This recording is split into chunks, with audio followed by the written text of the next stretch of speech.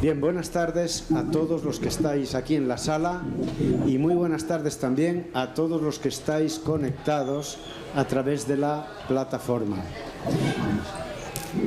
Soy José Luis Fernández, codirijo la cátedra de Ética Económica y Empresarial de aquí de la Facultad de Empresariales ICADE y somos los organizadores de este seminario. Voy a decir en medio minuto cuál va a ser el orden de funcionamiento de este seminario esta tarde. En primer lugar, tenemos aquí una mesa a la que paso inmediatamente a presentar. En el centro está nuestro vicerrector de Relaciones Internacionales y secretario general institucionales y secretario general, don Federico Montalvo. Y luego tenemos en la línea, aquí tenemos a Álvaro López, profesor de la Universidad de Comillas. Luego tenemos dos señoras que son dos profesoras de la Universidad Rey Juan Carlos, Alicia Blanco y Sandra Escamilla. Finalmente está Fernando Flores. Cada uno de ellos va a hablar 5 minutos para poner el marco a este seminario. Cuando ellos terminen, abandonarán la mesa, quedará Fernando Flores y entonces subiremos arriba el profesor Stefano Samagni, Jorge Lukowski, un servidor de ustedes, y nos acompañará virtualmente don Luis Bameule. Y luego, una vez que terminemos la sesión esta, tendrá lugar la entrega de los premios Calvez. Por consiguiente, esto queda abierto y ahora doy la palabra al vicerrector de Relaciones Institucionales. Federico, cuando quieras. Pues nada, en primer lugar, disculpar al rector de la universidad que hoy no puede estar, y como vicerrector de Relaciones Institucionales, pues por el reglamento de la universidad y estatutos me toca sustituirle. En todo caso, también me hace especial ilusión, como diré ahora, por la temática que se va a abordar. También dar las gracias a José Luis por haber pensado en mí, o por más bien, que pensó en mí fue el rector, pero digo por haberme acogido también el que viniera yo a inaugurar la jornada. He tenido esta mañana también la oportunidad de saludar un momento al embajador de Argentina, que ha estado con nosotros. También pues estar al Foro Económico Social de Buenos Aires, a la Universidad Rey Juan Carlos, de la cual hace años fui profesor en la Facultad de Medicina, no la de Derecho, curiosamente, y la Universidad Pontificia de Salamanca, que también nos acompaña. Digo que estoy especialmente, me parece que es un espacio especialmente apropiado y del que me alegro de participar, por el tema de la inteligencia artificial. Y no lo digo porque todo el mundo habla últimamente de inteligencia artificial, sino porque es un tema que me preocupa y me ocupa. Además me preocupa desde dos vertientes. Una, en mi cargo actual como gestor universitario, la inteligencia artificial nos está obligando a las universidades a darnos cuenta que genera mucha innovación, pero puede acabar con el talento. Es decir, lo que nos ha llevado aquí a poder desarrollar precisamente puede acabar la inteligencia artificial con ella. Es cuando dejemos de pensar. Si empieza a pensar solo por nosotros y nosotros dejamos de pensar, a lo mejor es que no conseguimos lo que hemos conseguido hasta ahora. Y de hecho, en los grados, ayer mismo recibí una consulta de la Facultad de Ciencias Económicas y Empresariales. En los grados tenemos un problema, que es el trabajo fin de grado con el ChatGPT. Por tanto, como gestor me preocupa porque tiene un impacto enorme en el ámbito de la educación. También me preocupa por mi línea de investigación, porque yo trabajo mucho los temas tecnológicos, porque llegué a la tecnología desde la biología.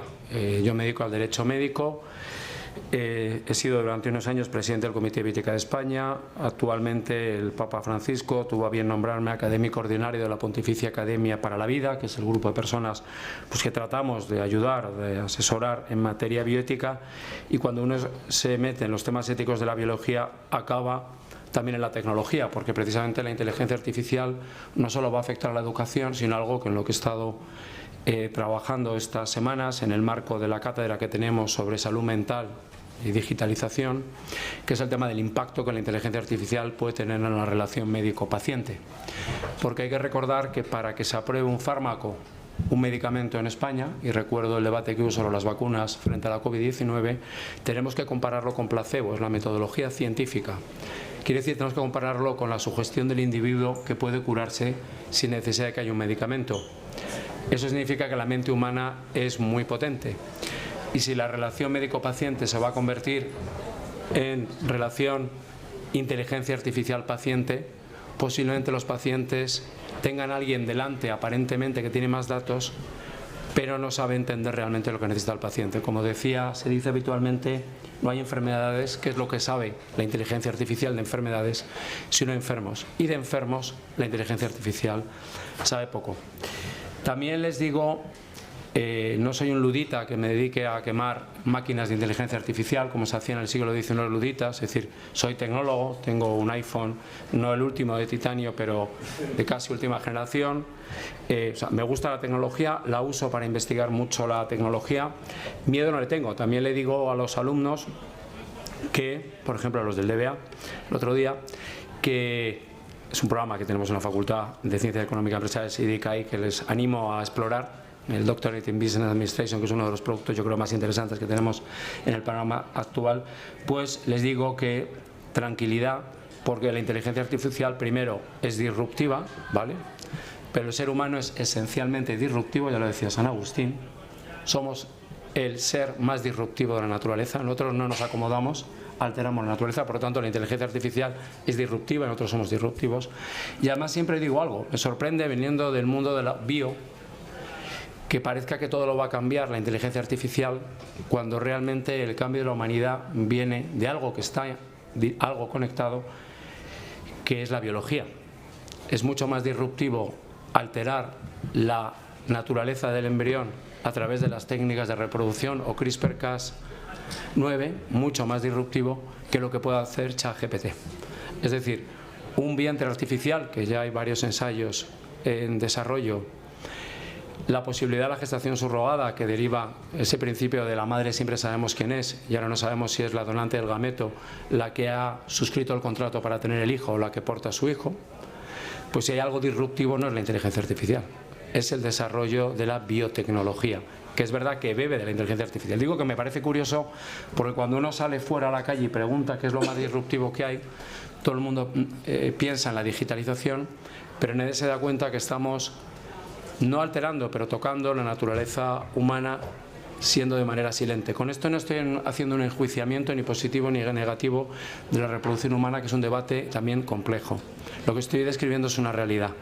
Se está disrumpiendo más desde lugares desde los que no se habla. Y en cambio parece que nos disrumpe mucho algo, que es verdad, que hay una gran disrupción, pero no tanto. Por eso digo que ojo con lo que viene. Yo hay un concepto que me parece importante y que me imagino que trabajaréis o discutiréis, que es el de la reserva de humanidad. La inteligencia artificial no ha venido para quedarse en todas partes y ha ocupado demasiados espacios de los que debiera ocupar. Es decir, yo creo que la gran trampa ha sido que nos han metido la tecnología en todas partes porque necesitaban datos, que es lo que alimenta el petróleo, y hemos estado dando nuestra cara, nuestros datos. Hemos estado usando la tecnología cuando no la necesitábamos, en relaciones incluso personales. Por lo tanto, yo creo que no hay que tenerle miedo, es disrupción. Véase, es humana, lo hemos creado nosotros, pero estamos yendo a lo mejor a veces demasiado rápido. Y demasiado rápido significa que tenemos que dejar espacios para lo que decía hace poco un autor en una tribuna, una tercera del ABC, que me gustó mucho, y lo cité el otro día en un homenaje a la despedida de un profesor: los sabores y placeres olvidados. Ojalá la inteligencia artificial no nos obligue a olvidar para siempre sabores y placeres que muchos jóvenes no están disfrutando y que no son de nuestra generación, sino que son permanentes, porque sin ellos dejamos de ser humanos. Y sobre todo, para ser humano hay una cosa muy importante, y acabo ya con esto, que es poder disfrutar de la vida, que es lo que nos hace humanos. Pues muchísimas gracias y os animo. Yo también pido perdón porque tengo algo tan complicado ahora, a las 5, como explicarle a mis alumnos de segundo la última sentencia del Tribunal Constitucional sobre el aborto, y luego explicarles la sentencia sobre la eutanasia y hacerles creer en el Tribunal Constitucional con esas sentencias bastante discutibles, lo cual no es una labor fácil que creen en la institución, con lo que les voy a contar, que es una labor casi de alquimia. Pues nada, muchísimas gracias. Y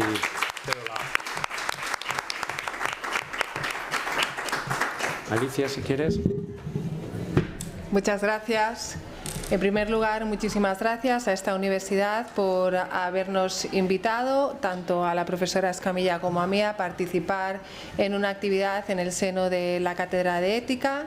En nuestro caso, llevamos colaborando con el Foro Ecuménico Social, que es un poco el impulsor que todos los años veamos a colegas como Estéfano y otros compañeros que están aquí y sigamos discutiendo, hablando, meditando y reflexionando sobre aspectos de ética, responsabilidad social, sostenibilidad, que en este caso estaban muy relacionados con la temática del seminario de hoy, la inteligencia artificial.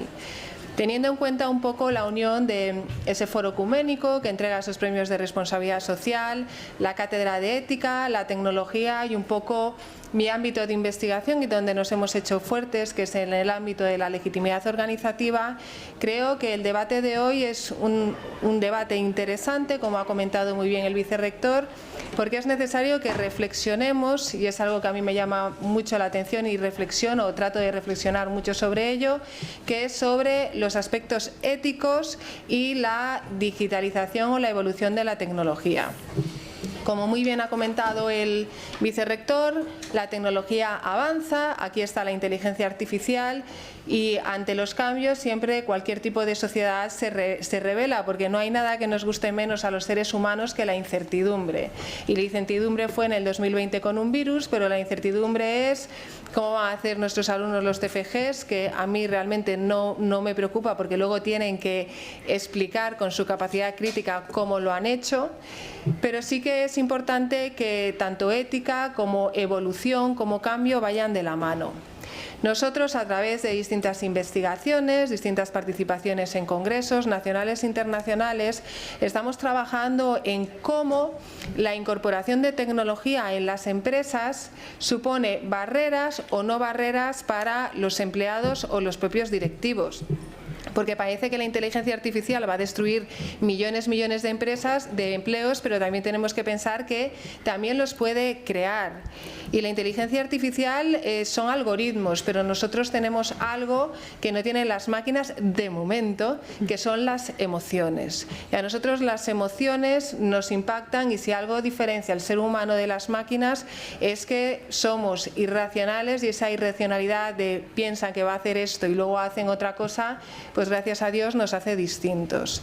Además, cuando nosotros hablamos de inteligencia artificial también hay que hablar de la regulación, y no solamente la regulación en términos de cómo, quién y cuándo tiene que utilizar esa información, sino que hay una serie de principios éticos que hay que discutir. Y lo que siempre le comento a mi querido amigo Fernando Flores, una cosa es que seamos sostenibles, otra cosa es que seamos socialmente responsables, pero yo siempre he sido partidaria de hablar que las empresas tienen que ser éticas, las empresas tienen que comportarse y ser responsables de sus acciones en los grupos de interés con los que intervienen.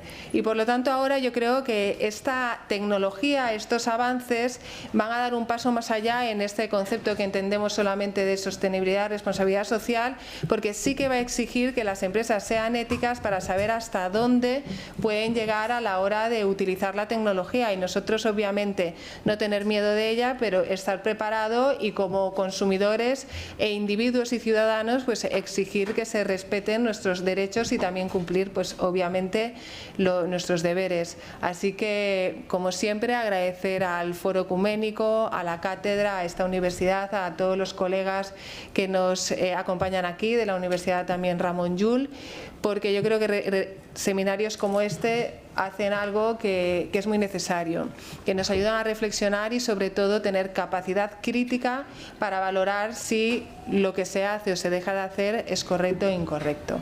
Muchas gracias.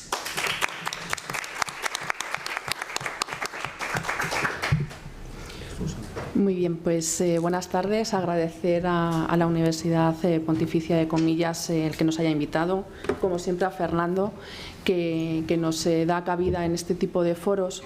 Hoy se va a entregar un premio al final, que es el premio Calvez.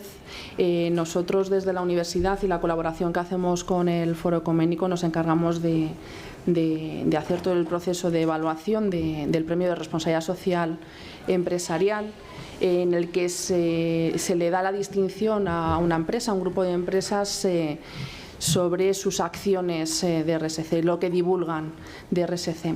Sí que es verdad que como bien ha dicho la profesora Blanco, en la inteligencia artificial no deja de ser un algoritmo, pero cuando nosotros estamos analizando las empresas, cuando les pasamos las evaluaciones, al final, ¿qué es lo que hacen? Buscar dentro de esos informes de sostenibilidad lo que de verdad divulga la empresa. Que también hay que pensar que puede ser una estrategia de marketing en el que al final lo que quieren hacer es vender sus buenas acciones y que luego lo que de verdad hay que hacer es comprobar de que efectivamente las empresas lo que nos dicen son lo que hacen.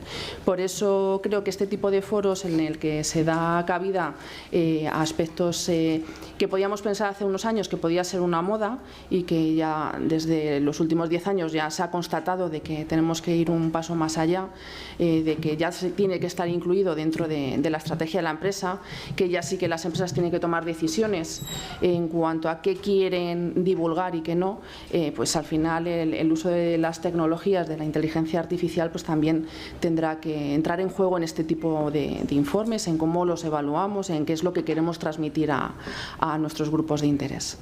Y sin más, pues dar siempre las gracias para darnos cabida en este tipo de foros. Gracias. Bueno, buenas tardes. Yo os agradezco también la invitación y encantado de estar en ICADE. Vengo de ICAI, que ya, bueno, supongo, no sé si os suena a los de fuera, pero como que hay una especie de separación, ¿verdad? Que hoy ha pasado del plano simbólico al plano físico, ¿verdad? A mí me complacerá decir luego que se está en la frontera difuminando, pero hoy he tenido que cruzar un río prácticamente en Mártires de Alcalá para llegar a este edificio. Bueno, voy a empezar hablando un poco de la historia de la inteligencia artificial para acabar, digamos, aterrizando en el problema del talento en la actualidad y, bueno, cómo estamos un poco poniendo nuestro granito de arena desde comillas para mitigarlo, ¿de acuerdo?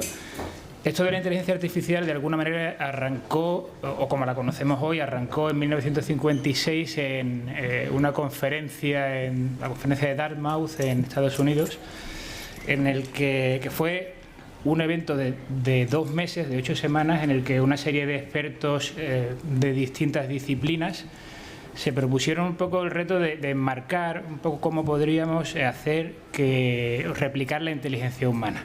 Allí había un postulado, una premisa, que era que cualquier proceso de aprendizaje se podía definir con la suficiente granularidad como para construir luego una máquina que lo reprodujera. O sea, el problema, como veis, era muy ambicioso y el enfoque multidisciplinar. Había lingüistas, había psicólogos, había científicos en general, ingenieros, de todo. Y como veis, o como podéis imaginaros, la referencia era el cerebro humano, la cognición humana. Y por lo tanto era un tema pues muy difícil de abordar, en el que aparecieron enfoques de neuropsicólogos, de neurocientíficos, de psicólogos, de muchas disciplinas, y había un optimismo bestial, ¿de acuerdo? Pero claro, el problema realmente era prácticamente inabordable y los recursos que había eran los que eran, y el optimismo bajó. Las condiciones en las que se empezaron a desarrollar estos modelos se hicieron mucho más específicas, o sea, no se podían abordar ya problemas generales, sino que había que ir a condiciones controladas, etcétera, y de alguna manera aparecieron fronteras entre disciplinas donde antes no las había, y los algoritmos que empezaron a ser bioinspirados o inspirados en la cognición de los mamíferos dejaron de serlo y pasaron a un ámbito muy matemático, muy duro, y por lo tanto la inteligencia artificial vivió una época de menos interés y acabó relegada a un ámbito muy técnico, ¿de acuerdo? De hecho, tampoco me voy a poner, ya me estoy enrollando, pero me podría enrollar más y no lo voy a hacer. Pero voy directo, digamos, a 2010, que fue un momento en el que, como antes decía Federico, ya le habíamos regalado bastantes imágenes a las tecnológicas americanas y además había mucha computación disponible, cada vez más y más y más. Ese fue el momento en el que una serie de laboratorios, impulsados precisamente por estas tecnológicas y profesores muy relevantes en el ámbito de la inteligencia artificial, consiguieron empezar a resolver tareas igual o mejor que los humanos, especialmente en el campo de la visión, y ahí se dio una explosión en el campo que ahora conocemos como Deep Learning, ¿de acuerdo? En 2012 más o menos aparece en Nature un paper de Bengio, Courville y otros que se llama Deep Learning, así, y a partir de ahí empezó a generar esto mucha atracción, volvió una época de optimismo. En 2014 surge el primer fenómeno realmente, se presenta el primer modelo realmente relevante de inteligencia artificial generativa, que es lo que nos tiene ahora descolocados. Fueron las redes neuronales, las redes generativas adversarias, que sin embargo no son el principal actor hoy en día. El principal actor hoy en día es una tecnología que deriva de lo que se presentó en 2017, que fue la arquitectura del Transformer. La presentó, por decir, la regaló a la comunidad científica Google, y ahora, pues, de alguna manera le está haciendo sufrir en la carrera digamos, de la inteligencia artificial. Así que, bueno, pues la ciencia funciona a veces. El Transformer se presentó en el 17, fijaos. El germen de todo esto, en 5 años hemos llegado a un modelo que empieza a hacer tareas de estas tareas de naturaleza oculta como un humano de 6, 7, 8 años, incluso GPT-4 como un humano de 9 años. Hay un marco por ahí que mide eso y de alguna manera ese es el motivo por el que tú empiezas a interactuar con estos modelos y dices, uy, aquí hay algo diferente, ¿verdad? O sea, estos modelos ya empiezan a ser tan sofisticados que yo creo que de nuevo pues surge la necesidad de explicarlo desde el plano de la cognición humana, desde el plano social, desde el plano filosófico, por supuesto. Surgen preocupaciones éticas. Además, eso se suma a que la interacción con los modelos es el lenguaje natural, y estamos de nuevo en un momento, como en el principio, en el que esto es una disciplina muy muy transversal, que nos atañe, yo diría que a todos, porque incluso tiene riesgos serios para nuestra sociedad o para incluso algunos dicen la humanidad, ¿vale? Así que tenemos eso, una situación en la que hemos pasado de que un abogado seguramente, dependiendo de, digamos, la consideración que tuviera hacia ti, a lo mejor esperaba que salieras de la sala para reírse si le decías que la inteligencia artificial era importante, a un momento, un año después a lo mejor, en el que EY, pues estuve yo precisamente hace unos meses, ya habla como si, digamos, la inteligencia artificial fuera a entrar en la función legal como un elefante en una cacharrería, y asumen pues que el abogado en un marco temporal corto va a estar usando estas tecnologías de forma intensiva, ¿de acuerdo?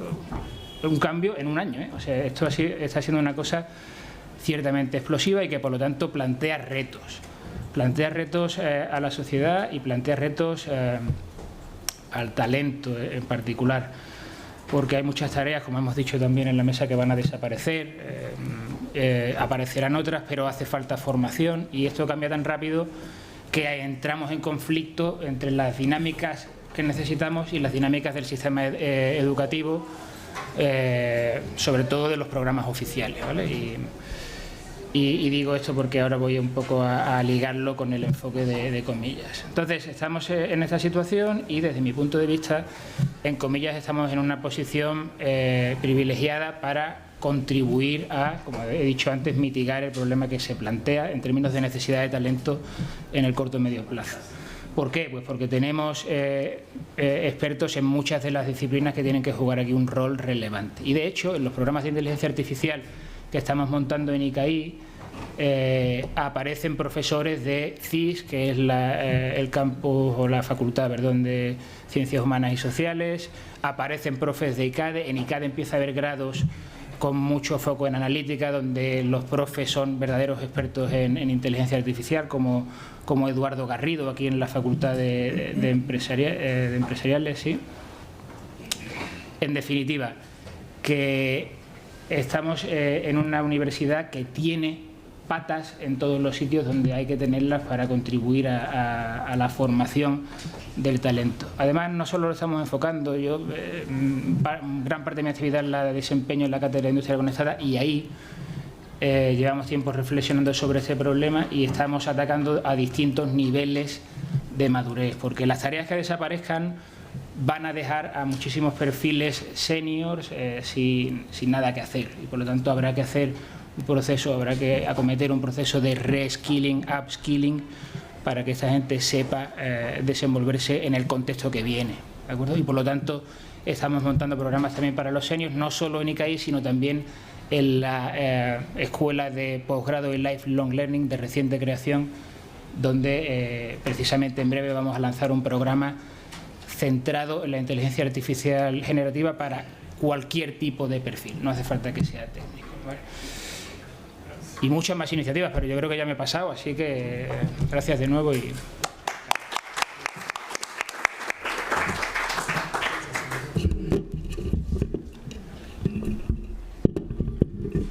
Bueno, se ve que no llega. Ahí hablo. Bueno, me escucho. Bueno, antes que nada les digo que no soy un robot, que es bueno saberlo, porque a veces uno está hablando por el ordenador o por el teléfono y es necesario preguntar, ¿estoy hablando con un robot o es de verdad?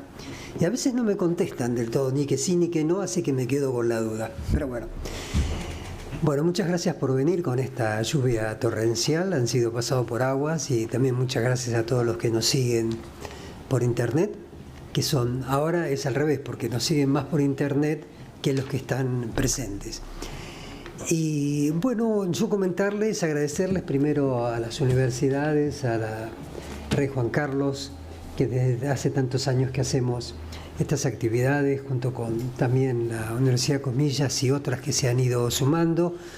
El Foro Ecuménico Social se inició ya hace más de 20 años, con un convenio con la Universidad de Georgetown de Estados Unidos, que fueron los primeros coordinadores de esta cátedra, desde profesores de Georgetown, a los que se fueron sumando universidades de la Argentina, de España por ejemplo también las dos de Salamanca, la Pontificia y la Estatal. Y lo que hemos querido desde un primer momento es llevar a un plano académico, en el buen sentido de la palabra, porque a veces la palabra académica puede resultar un poco aburrida, estos temas que muchas veces se tocan con bastante ligereza. Este es un foro quizás atípico que surgió inspirado en Los Conjurados de Borges. No sé si hay lectores de Borges aquí, pero bueno, Borges hablaba de hombres en Los Conjurados, que fue su última obra, de hombres de distintas estirpes y religiones que tomaron la extraña resolución de ser razonables.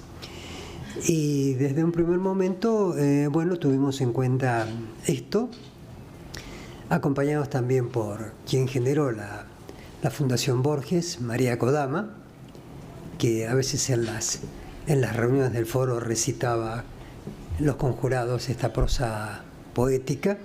Acá también en Madrid ha estado en varias oportunidades. Ahora María no está presente porque, como diría ella, entró en el gran mar, así que aprovechamos para hacerle un homenaje desde las distintas cátedras que hacemos este año. Y el primer presidente del foro fue un jesuita, Yanis Calvez, un politólogo, teólogo, que en los años 50 publicó un bestseller sobre el marxismo, cosa que a algunos podría escandalizar en esa época, y que fue un gran pensador de la ética social y de la ética política, porque en el foro participan religiosos de distintas confesiones, pero no para hablar de religión, sino que lo hacen como actores sociales. Y también hay agnósticos y hay ateos, pero lo más importante es el tema de la ética. Y Calvez habló mucho y hizo mucho por la ética social y por la ética política. Y en todo el mundo, iba desde Rusia hasta América Latina, que visitaba todos los años Argentina, por ejemplo, ¿no? Y que es un tema central cuando uno quiere hablar de responsabilidad social y ciudadana. Y también esto tiene que ver con los premios que da el foro, porque en el foro se premia a empresas por sus reportes de sustentabilidad, por sus reportes sociales, sus informes integrados, pero no basta con hacer un informe que puede estar muy bien hecho por alguna consultora y después ser presentado en los organismos de crédito internacionales, por ejemplo, sino ver qué hay detrás de esos informes, cuál es la ética. Por eso se ha puesto el acento en este tema, y junto con Alicia Blanco y Sandra Escamilla y otros profesores nos hemos sumado a este observatorio de legitimidad corporativa, ¿no? Y ese es un poco, digamos, el enfoque que queremos dar a todos estos temas que tienen que ver con la empresa, incluso el tema de la inteligencia artificial, ¿no? Que ofrece grandes oportunidades, pero bueno, ¿qué sucede con aquellos que no se pueden sumar a esta nueva ola? O sea, aquellos que no se los puede incluir, que están excluidos. Bueno, hay un problema de ética, hay un problema también de igualdad, en el cual, bueno, hay que ver, de esto poder hablar nuestro sabio profesor Zamani, es decir, cómo esto influye, cómo impactan los negocios, cómo de alguna manera da lugar a un nuevo capitalismo o no, o a otras formas, a otras dimensiones económicas. Y de ahí que nos hemos planteado este tema, es decir, bueno, ¿cómo impacta la inteligencia artificial?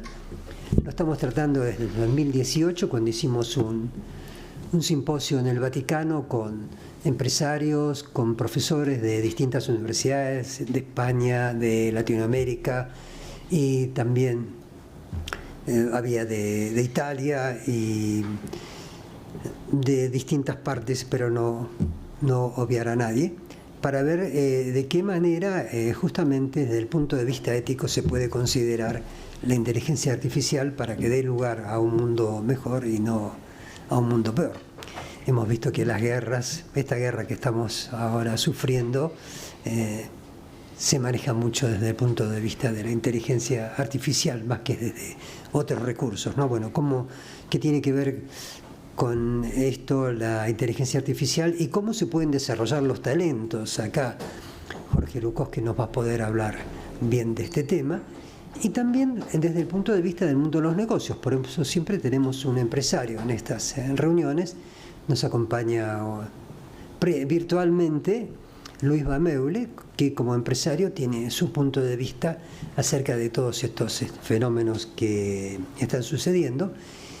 Bueno, y finalmente uno de los premios también que otorga el foro es a estudiosos, en memoria a Janes Calvez, este pensador francés, el premio Calvez a la responsabilidad ciudadana, que se otorga en Argentina. Hay un capítulo argentino y también hay un capítulo español, y que este año toca dar dos premios aquí en esta sede, una a nuestro querido amigo y reverenciado profesor José Luis Fernández Fernández, como estudioso de larga trayectoria, y también a un estudioso joven, como es el caso de Jorge Lukowski. Así que eso lo haremos al final de todo, y también los invitamos, porque este premio está abierto también a universitarios, a que ustedes presenten sus opiniones, sus trabajos, y también sean merecedores de este premio, ¿no? Es decir, pensamos que tenemos que pensar en las nuevas generaciones. Bueno, muchas gracias, y entonces ya damos paso a este debate.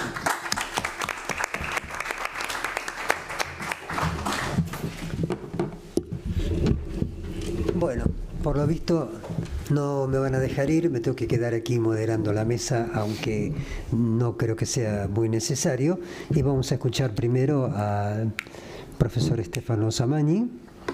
No puedo hablar del currículum de él porque es tan largo que me llevaría varias horas, pero catedrático de la Universidad de Bolonia y actualmente, bueno, y de la Johns Hopkins University, y presidente actualmente de la Academia de Ciencias Sociales del Vaticano. Así que vamos a escuchar primero a Stefano Samagni. Gracias. Buenas tardes a todos. Soy muy contento de estar con vosotros en esta ocasión.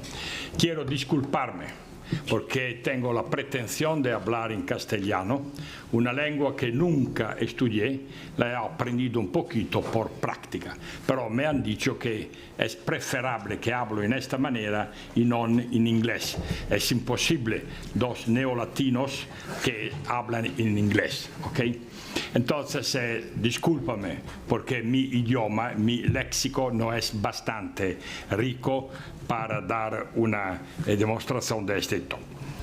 Voy a empezar con esta consideración. La que estamos viviendo es una auténtica transformación, no un cambio. Esta es una confusión que es peligrosa. Confundir transformación con cambio son dos cosas diferentes, porque el cambio postula la continuidad, como si yo voy caminando un sendero, voy a cambiar la velocidad, pero el sendero es siempre el mismo. La transformación, de otra manera, al contrario, implica una modificación del sendero, que significa una modificación de estatus. Esa es la razón por la cual vivimos hoy en día un tiempo de transformación, no de cambio. Porque es importante esta distinción, porque no se pueden aplicar a una sociedad que es en transformación las mismas políticas que van bien por una sociedad que está experimentando un cambio. En particular, como sabemos, la economía de mercado capitalista se nació en el 1700, que es el siglo de la primera revolución industrial en Inglaterra. Pero esto no significa que antes no existía la economía de mercado, porque la economía de mercado empezó en el 1400, el siglo del humanismo, y empezó, como sabéis, en la tierra de Toscana. Florencia fue el lugar a donde la economía de mercado fue creada. Pero muchas personas confunden, la culpa es de los economistas, que confunden economía de mercado con economía capitalista. Son cosas diferentes. Es verdad que a la fin del 600, el principio del 700, la economía de mercado civil, como se llamaba, se transformó en la economía de mercado capitalista. En aquel periodo fue una transformación, no un cambio, porque como sabéis, la economía de mercado civil fue basada sobre el pensamiento de la escuela de pensamiento franciscana. Fueron los franciscanos a crear la economía de mercado. Y crearon los primeros bancos, etc. Y como Max Weber, famoso Max Weber, en su libro muy famoso, había descrito, la economía de mercado civil se transforma en economía de mercado capitalista por muchas razones. Una es la razón de la revolución industrial. Una segunda razón es ligada a la influencia del calvinismo. El calvinismo, como sabéis, es una religión de la familia de los protestantes. La economía de mercado civil tiene su fundamento en el pensamiento católico, porque el primer economista fue Antonio Genovesi, porque fue la Universidad de Nápoles a crear en el 1753 la primera cátedra de economía al mundo. No fue la Escocia. Adam Smith no tenía la cátedra de economía, sino la cátedra de filosofía moral. Adam Smith fue un muy valioso filósofo moral, no economista. Muchas personas piensan diversamente porque no han estudiado bastante y no lo saben. Entonces, en este periodo de casi 3 siglos, la economía de mercado capitalista pasó a través de diferentes versiones. La primera fue el comercial, el capitalismo de los comercios. El segundo fue el capitalismo agrícola, de las tierras, el capitalismo industrial, el capitalismo de la finanza financiera y el capitalismo de hoy es nombrado el capitalismo cibernético. Algunos prefieren hablar de capitalismo digital, pero se dice cybernetic capitalism en inglés. La pregunta es, ¿cuáles son las características más importantes de la versión actual del capitalismo cibernético? Voy a indicar algunas, lo que pienso son las más importantes. La primera característica es la transición de la automación a la inteligencia artificial. La automación, ¿cuál es la palabra que caracteriza la automación? Robot. La inteligencia artificial empezó al inicio de este siglo. La automación empezó en los años 70 del siglo pasado. ¿Y cuál es la diferencia? Lo sabemos, que la automación, el robot, va a sustituir los brazos de los obreros. La inteligencia artificial va a sustituir las mentes. Si consideran este punto, comprenden por qué la inteligencia artificial es una novedad absoluta. Entonces, la primera característica, como he dicho, del capitalismo cibernético es el pasaje de la automación a la inteligencia artificial. Cuidado, hoy en día solo un pequeño porcentaje de empresas aplican la inteligencia artificial. Yo soy italiano. En mi país solo 4,5% de las empresas hoy aplican la inteligencia artificial. No lo sé en España, pero más o menos es la misma cosa. Entonces tenéis que considerar que en el próximo 10 o 15 años tenemos que estar cuidado, porque cuando la mayoría de las empresas van a introducir en el proceso productivo la inteligencia artificial, si no estamos preparados desde ahora, sería un problema. En particular por los jóvenes, no por los viejos, los que van a terminar su carrera de trabajo. Pero un joven que tiene 25 o 30 años, en 10 o 15 años es todavía joven. Y si no considera lo que va a pasar desde el punto de vista del mutamento de la organización científica del trabajo, ¿cuál es la consecuencia? El desempleo, que no puede tenerse ocupado. La sustitución de las mentes nos ayuda a comprender por qué hoy en día es el nivel intermedio de la jerarquía de trabajo que es en crisis. No el nivel bajo y no el nivel muy alto. Pero los que tienen, por ejemplo, un grado de universidad, pero que no es bastante para consentir a estas personas de comprender el lenguaje y la interacción con la inteligencia artificial. Una segunda característica que caracteriza este periodo es la difusión de la fake truth. Fake truth significa en inglés las verdades que son falsas, que no son verdad.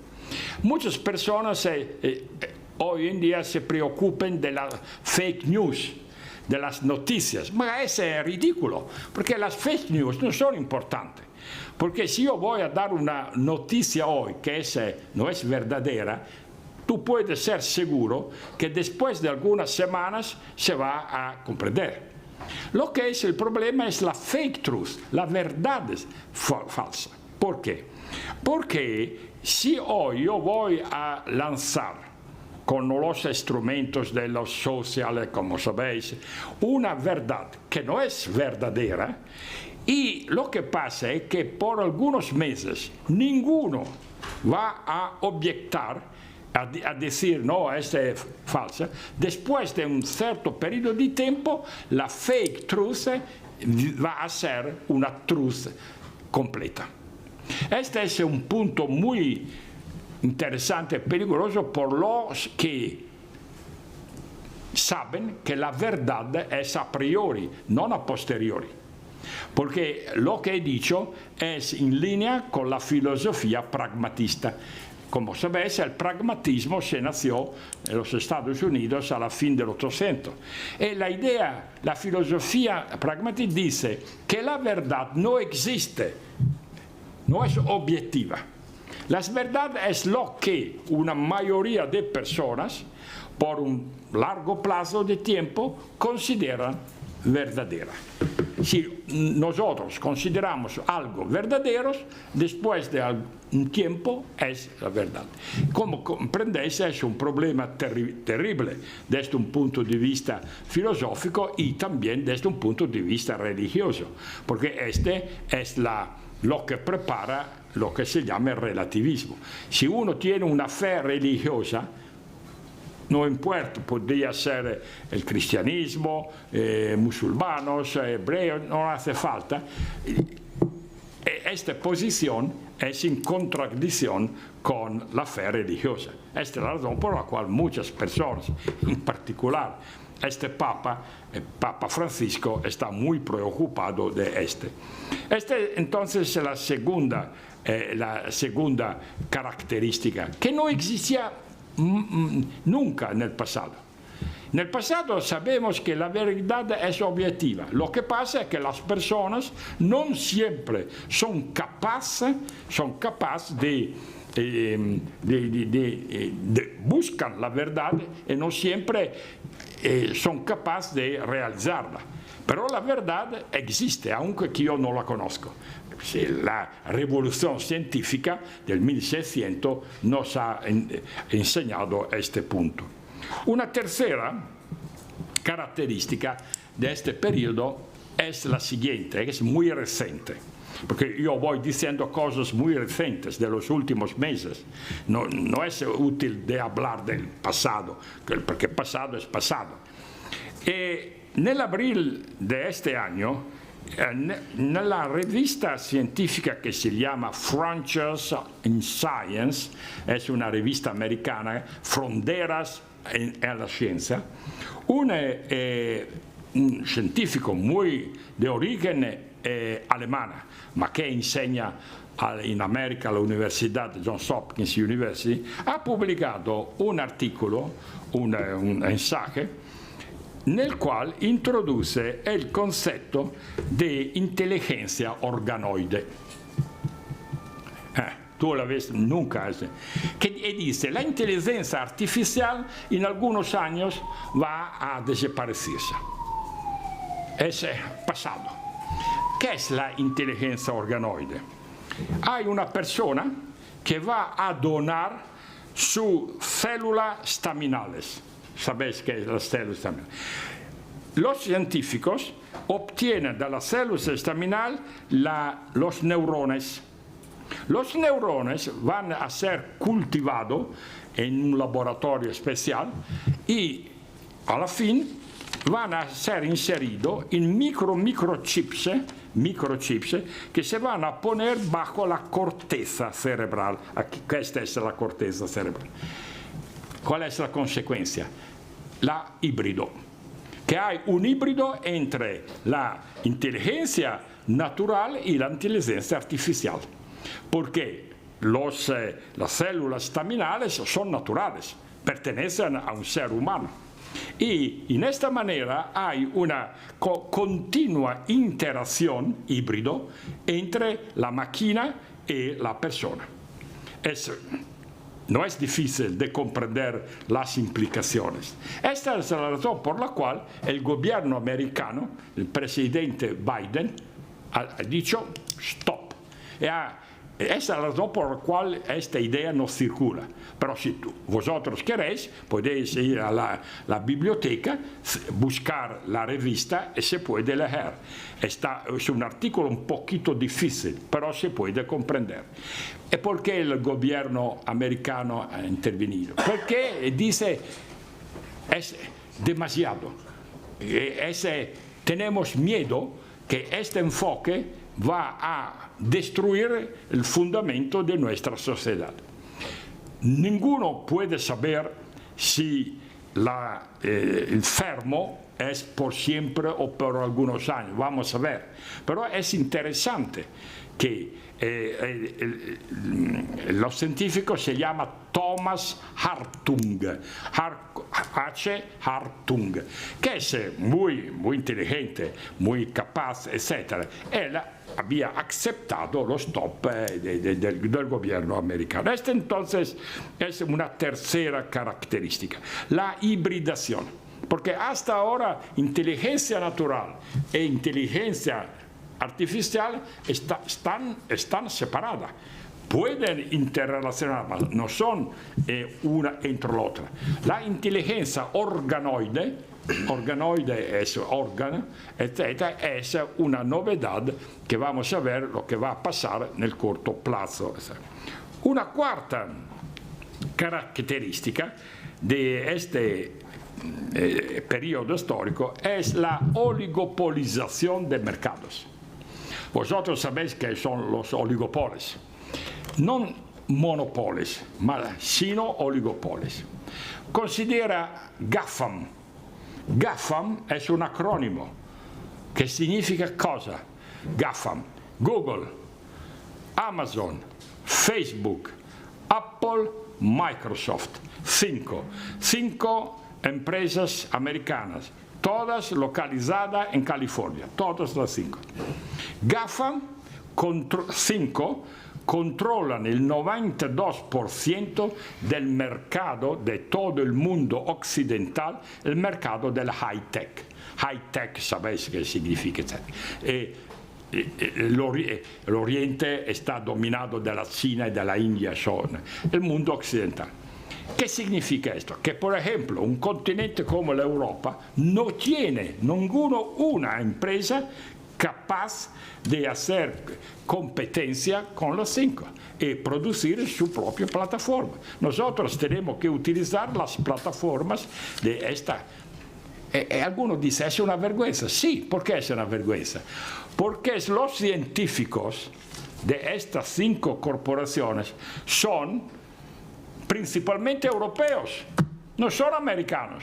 Hay algunos americanos, son europeos, indianos, porque los indianos son muy, como sabéis, muy adelantados en etc.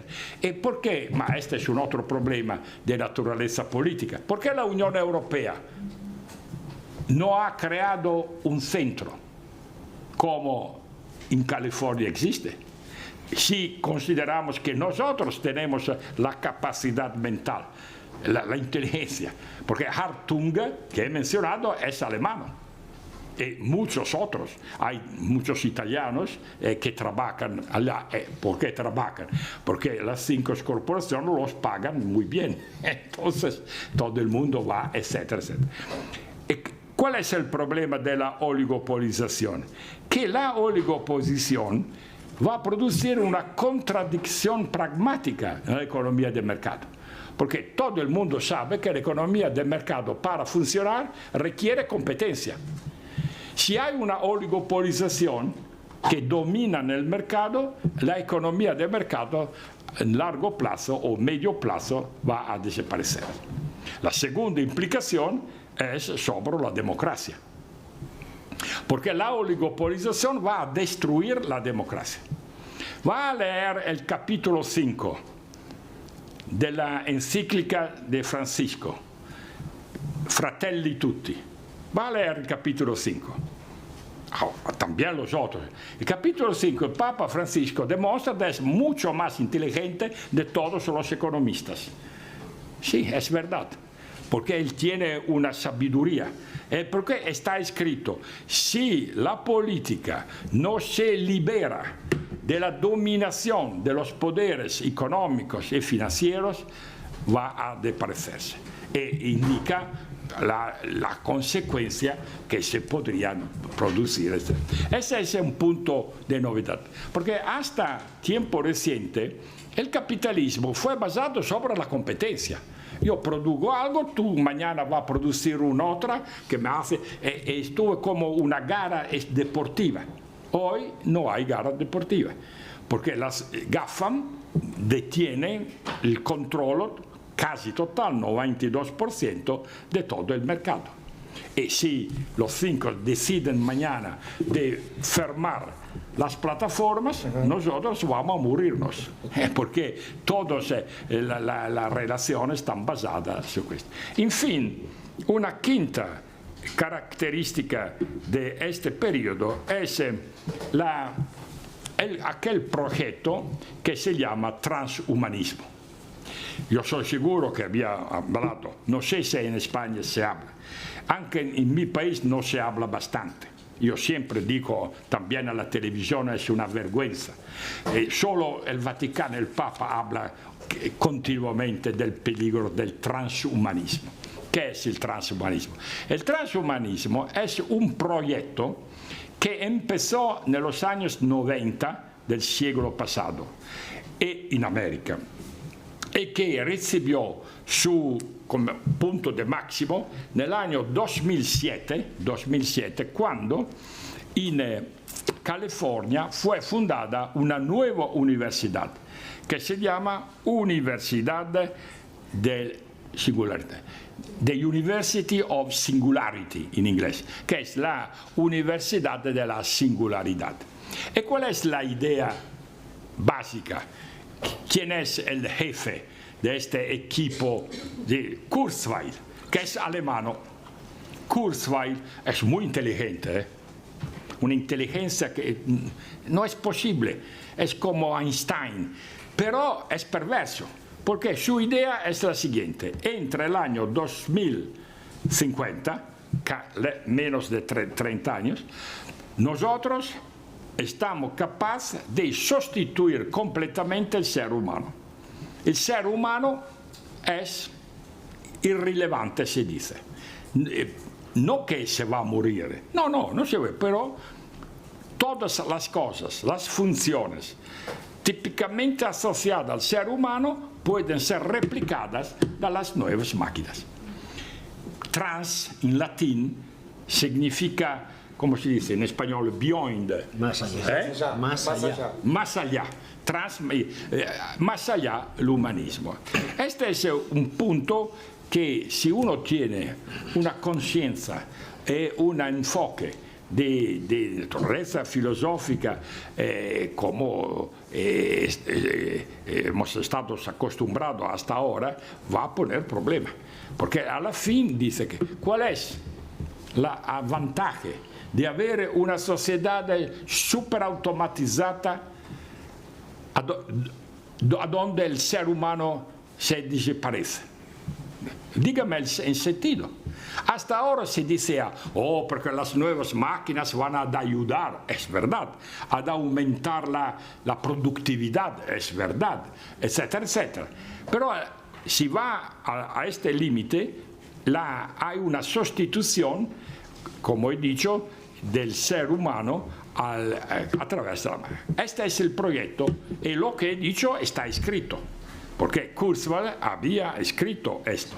Dice, si nosotros tenemos que continuar a hacer inversiones para obtener este resultado. Segunda parte de mi ponencia. ¿Cuáles son, uno se puede preguntar, las causas generativas más importantes que han favorecido esta transformación, no este cambio, porque ahora entendéis por qué se habla de transformación y no de cambio. En otra manera, ¿cuáles son las causas más relevantes? Una causa es la difusión al nivel de cultura popular de la filosofía, o mejor, de la ética utilitarista. Este es un punto, no tengo el tiempo para hacer, pero es un punto fundamental. Como sabéis, el utilitarismo no es una teoría económica, es una teoría ética, pertenece a la filosofía moral. ¿Y quién fue el jefe? Jeremy Bentham, que fue un filósofo inglés que en el 1789 publicó su libro fundamental, desde el cual el utilitarismo empezó. Lo que pasó es que al principio el utilitarismo no fue secundario. Por ejemplo, Adam Smith fue contra el utilitarismo. Y otros filósofos. Pero lo que pasa es que el utilitarismo fue aceptado de la economía oficial. La metáfora del homo economicus, lo sabe, l'homo economicus è la sintesi dell'utilitarismo. E qual è il principio básico dell'utilitarismo? Che todo lo que se puede hacer y genera utilidad tiene que ser hecho. ¿Entendéis el significado? Si una cosa se puede hacer, técnicamente es posible, y va a aumentar la utilidad de cualquiera, entonces está, desde un punto de vista ético, legitimata. Tiene que ser hecho. Comprendéis que el utilitarismo es contrario a la ética de la virtud, que se nació con Aristóteles, de la antigua Grecia, etc., que dice la intención es importante para definir la naturaleza ética de una acción. Por ejemplo muy sencillo que se hace. Si yo tengo la intención de matarte con una pistola y mi pistola no funciona, yo no te mato. Por el utilitarismo yo no soy culpable, porque yo no te maté. Ma por la ética de la virtud yo soy culpable, porque mi intención fuera de matarte. ¿Entendéis? Este es un ejemplo muy sencillo para hacer comprender la tesis del consecuencialismo, se llama, en inglés consecuencialismo. Lo que importa son las consecuencias, no la manera para obtener un cierto resultado. Entendéis que esta mentalidad hoy en día no es típica solo de los economistas, es típica de todo el mundo. Los niños, cuando empiezan su vida, van a respirar este aire, que está basada siempre sobre el principio de utilidad. Una segunda causa esta es mucho más conocida, es la transformación de la globalización en el globalismo. No confundéis globalización y globalismo, porque la globalización en sí misma es buena, que significa abrir los mercados internacionales, bla, bla, bla. Y como sabéis, la globalización empezó en noviembre del 1975. Antes no existía la globalización. Noviembre 1975, nel castello de Rambouillet, cerca de París, estuvo el primer summit del G6, los 6 países más adelantados, más desarrollados: Estados Unidos, Canadá, Inglaterra, Francia, Alemania e Italia. Después del G6 fue G7 y hoy tenemos el G20, como sabéis. En aquella ocasión fue tomada la decisión de empezar con la globalización. Pero lo que pasó después de los primeros 20 años, con el modelo neoliberista, asociado a la política de la señora Thatcher en Inglaterra y de Reagan, presidente de los Estados Unidos, la globalización se transformó en globalismo. Ahora no tengo el tiempo para explicar las diferencias, pero las diferencias son muy profundas. Una primera consecuencia tengo que decirla, que el globalismo es la causa primera de la aumentación de las desigualdades sociales. Antes existían ricos y pobres, pero no como hoy en día.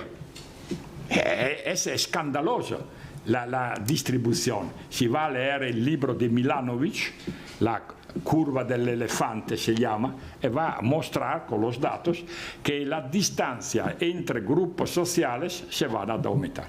L'1% de la población mundial tiene una riqueza que es equivalente al 99%. Nunca fue aquí en los siglos antes, etc. Infine, una tercera razón para comprender lo que he dicho es la afirmación del singularismo. Yo no sé si en España se habla de singularismo. También en la Italia no se habla, algunos hablan, pero no bastante. Pero es la palabra del próximo futuro. El singularismo es la extremización del individualismo. El individualismo se nació al tiempo del Enlightenment, el iluminismo francés, etc. Es la idea que al centro de la sociedad hay el individuo, pero es un individuo que pertenece a cualquier comunidad. Podría ser la familia, una iglesia, un grupo, un partido, no importa. El singularismo es un individualismo al cual tú vas a tomar fuera la idea de comunidad.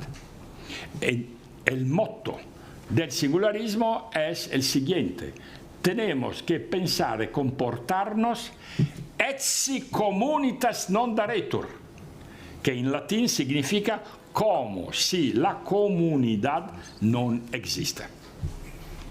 Comunidad en el sentido ancho, la familia es una comunidad, pequeña, pero es una comunidad. Una asociación es una comunidad, una iglesia es una comunidad. Entonces la idea básica del singularismo es la siguiente: si tú quieres desarrollar tu capacidades, etc., tú tienes que cortar las relaciones con los otros. Relaciones. Tú puedes tener contactos, pero los contactos no son las relaciones. ¿Sabéis la diferencia? Es lo que pasa. Los jóvenes van a cortar relaciones con sus padres, en la familia. Tienen solo un contacto. Y en la escuela, en la universidad, los estudiantes no se relacionan entre ellos. Al máximo hablan de cosas, pero no se puede ayudar. Uno no puede ayudarlo porque el mensaje es: tú tienes que pensar a ti mismo, porque tú tienes que adelantar tus capacidades, tú tienes que ser el primero, etc. Las consecuencias las vamos a ver, que es la desesperación, la tasa de suicidios y la solitud existencial. Va a leer el libro de Angus Deaton, está escrito Deaton. Angus Deaton es un premio Nobel de Economía americano. Ha publicado hace 3 años en América y traducido en todas las lenguas, yo soy seguro también en español, su libro. ¿Sabéis cuál es el título? No. Muertos para desesperación. Por desesperación. Death of Despair en inglés. Increíble. Y dice: en América se muere porque las personas son desesperadas, porque están solas, no se relacionan, tienen contacto. Contacto es decir: oh, buenos días, vamos a tomar un café. Pero esto no son relaciones. ¿Sabéis qué es la relación interpersonal, etc.? La afirmación del singularismo como nueva configuración antropológica hoy es el peligro número 1, en particular por los jóvenes, también por no los jóvenes, pero los jóvenes son muy frágiles desde un punto de vista, porque yo soy muy viejo, yo fui educado en un tiempo en el cual el singularismo no existió, y yo veo, cuando veo el singularismo me pongo como se dice, a ridere, así, porque veo que es el máximo de la irracionalidad. Pero esta es la configuración hoy dominante. Estas son las tres causas principales desde un punto de vista cultural o filosófico que nos ayudan a comprender la transformación de la cual he hablado. El punto final entonces es el siguiente. ¿Qué hacer? ¿Qué se puede hacer? Esta es la pregunta. En una situación de porque esta configuración no es sustentable, todo el mundo lo sabe. También la economía del mercado, si continúa en esta manera, va a desaparecerse. Porque si uno tiene un poco de conocimiento de ciencias económicas, lo sabe. Y también las personas. Los Estados Unidos es el país más rico del mundo, a donde la tasa de suicidio es el número 1 al mundo. La tasa de consumación de los psicofármacos, número 1, etc. Uno se pregunta, ¿esta es una civilización? Este es el punto, porque estos son números, no son ideas. Entonces, la pregunta es, ¿qué se puede hacer en una situación de este tipo? Hay tres respuestas que se confrontan entre ellos. Una es la respuesta de los aceleracionistas. ¿Habéis entendido? Hace algunos años, dos autores, uno es americano, que se llama Alex Williams. El otro es inglés, que se llama Nick Sniczek. La pronuncia no es perfecta. Han publicado un libro que se llama El Manifesto Acceleracionista. ¿Cuál es la idea? La idea es la siguiente. Tenemos que acelerar la situación presente.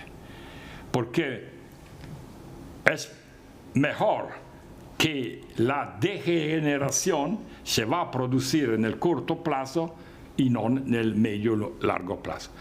Que es una vieja, como sabéis, idea de Marx, ma de los comunistas, de Lenin. Lenin había escrito cuando propuso la revolución. ¿Qué es la revolución? Voy a matar a los otros y voy a tomar el poder. Hoy no se habla nunca más de revolución, pero se habla de aceleracionismos. Tenemos que adelantar esta situación. Como podéis entender, esta no es mi posición, etc. Yo voy, nosotros, no solo mí. La segunda posición es la posición de los que se llaman tecno-optimistas extremos. Lo que dice, no hace falta, no te preocupes, la situación se va a resolver por sí misma, que es una consecuencia del modelo neoliberal. Los neoliberales dicen, no te preocupes de poner reglas de un tipo o del otro, porque a la fin las cosas, los problemas se resuelven por sí mismos. Y también no es mi enfoque. ¿Por qué? Porque no se puede tolerar. Porque yo sé que a la fin se puede resolver, pero para obtener la fin, si millones de personas se van a morir, yo no puedo aceptar esto. Esta es la razón por la cual la tercera posición es la que, por la cual yo, ma no solo yo, muchos otros, fortunatamente, se preocupan, que es el proyecto neohumanista. El proyecto neohumanista es el contrario del proyecto transhumanista. ¿Cuál es la idea básica? Que de los neo significa nuevo, porque el humanismo, como he dicho al inicio, fue en el 1400, el siglo del humanismo. ¿Okay? La idea es que no podemos cerrar el progreso científico. No, el progreso científico y técnico tiene que continuar. Pero al mismo tiempo no podemos aceptar lo que he dicho antes con referencia al transhumanismo. El progreso técnico científico tiene que ser al servicio del ser humano, no a sustituirlo. La pregunta es, ¿cuál es el lugar ideal típico del proyecto neohumanista es la Europa. Porque considera la escuela de Salamanca, ¿sabéis? La escuela de Salamanca aquí en este país, la contribución que dio al pensamiento con muchas otras escuelas. Entonces, este es el problema. Es un problema muy delicado desde el punto de vista de los europeos, porque el lugar natural del proyecto neohumanista para adelantar el proyecto es la Europa, pero la Europa hace nada.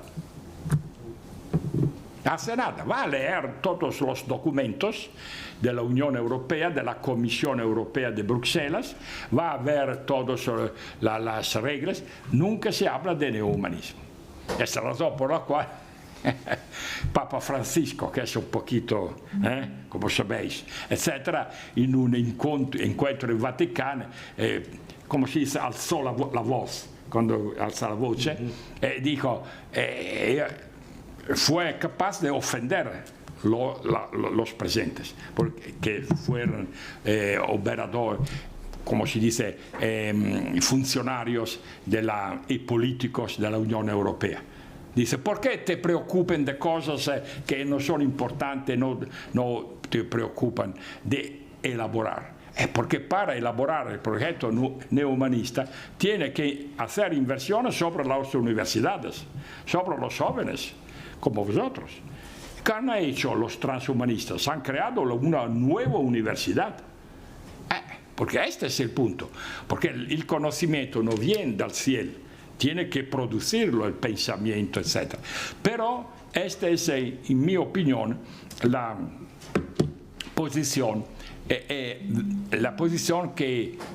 por la cual yo me ocupo, junto con muchos otros, para adelantar. Porque las otras dos, el proyecto acceleracionista y los tecno-optimistas extremos, no son proyectos que nos ayudan a resolver. He finito mi tiempo, voy a concluir diciendo que en particular los jóvenes están muy fortunados, porque nosotros vivimos en un periodo de transición, como he dicho al principio. Es interesante que los jóvenes pueden ver a dónde se va a terminar esta transición.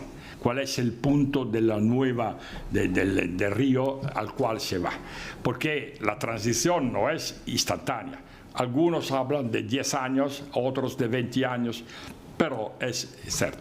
Entonces, pero al mismo tiempo, este enfoque implica una noción más fuerte del principio de responsabilidad. Uno no puede esperar así, tiene que hacer algo. Este es el deseo que voy a dar a vosotros, porque si te responsabilizan, la alegría de vivir va a adelantar. Escúcheme una otra vez por mi idioma indecente y muchas gracias por vuestra intención. Atención. El diccionario, este es el diccionario. Bueno, ahora vamos a conectarnos con Luis Bameule, empresario, que nos va a hablar por la pantalla. No sé si estás escuchando, Luis, ¿bien? A ver, tenemos ahí un sonido. ¿Quién es? Luis Bameule, en la pantalla. Está en Uruguay, ¿no? Está en Argentina. Luis, te escuchamos. ¿Ustedes me escuchan? Sí. Ah, perfecto. Bueno, buenas tardes a todos. Stefano, un saludo muy especial. Hace como un año que no nos vemos y creo que la última vez fue allí mismo en esa universidad. Y no es un tema sencillo, por lo menos para mí, que vengo del mundo de la empresa y en particular de empresas que funcionan hoy en día en Argentina y en Uruguay,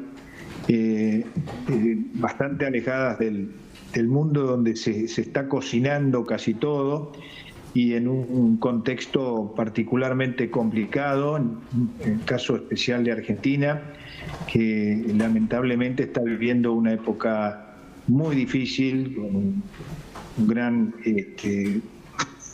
desarrollo de la inflación.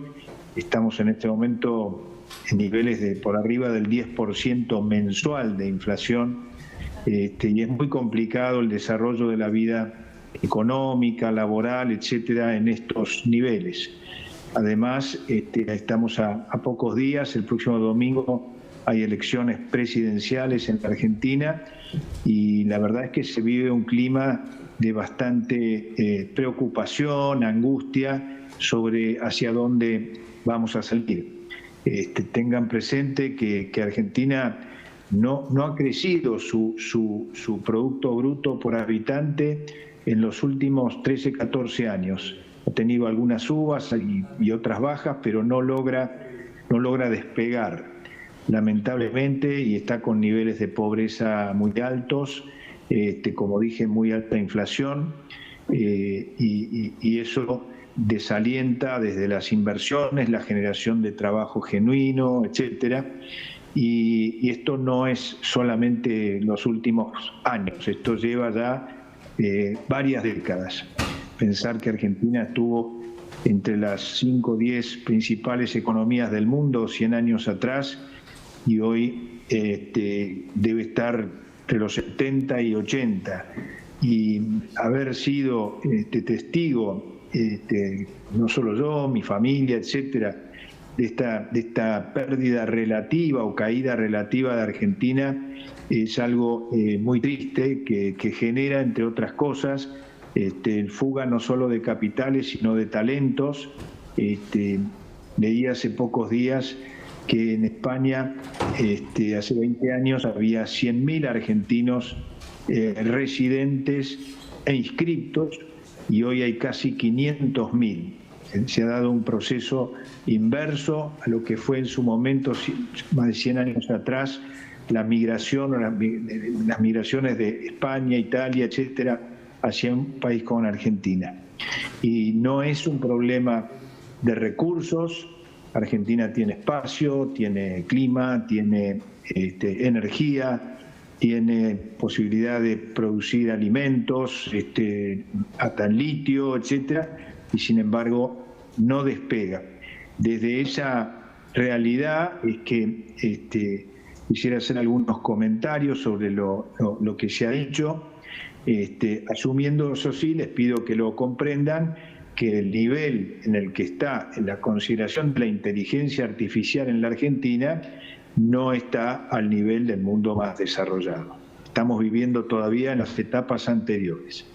Sí tengo que decir que hay una cantidad de unicornios que han salido de Argentina y algunos de sus titulares viven en Argentina, pero varios de los más importantes no están viviendo en la Argentina, lo cual muestra de alguna manera lo complicada que está nuestra realidad en los últimos tiempos. Con respecto ahora sí al tema específico, esta cuarta revolución y lo de la inteligencia artificial sin duda es algo diferente, como decía Stefano, no son cambios menores, sino que es un cambio más estructural. Creo que son los primeros tiempos en que el hombre puede ser manipulado o puede llegar a estar manipulado por su propia creación. Y esto es algo que con las otras revoluciones no ocurría. El hombre inventaba, desarrollaba, innovaba y generaba herramientas para mejorar su productividad, o que sea la máquina de vapor o la producción en serie o lo que fuera, pero en este momento esta creación, este robot que ya no hace algo mecánicamente con las manos, sino con su mente, es sin duda un desafío que no sabemos cómo acaba. Y esto implica estamos viviendo además un tiempo acelerado, estamos en una generación que con cambios permanentes, que pocas otras generaciones los han los han tenido en el pasado y solamente son de las últimas generaciones esta aceleración donde se da en la inteligencia artificial un cambio, una alta velocidad, una muy fuerte vulnerabilidad y también esta situación genera en general angustias de todo tipo, preocupaciones de todo tipo. Mientras tanto, la vida sigue.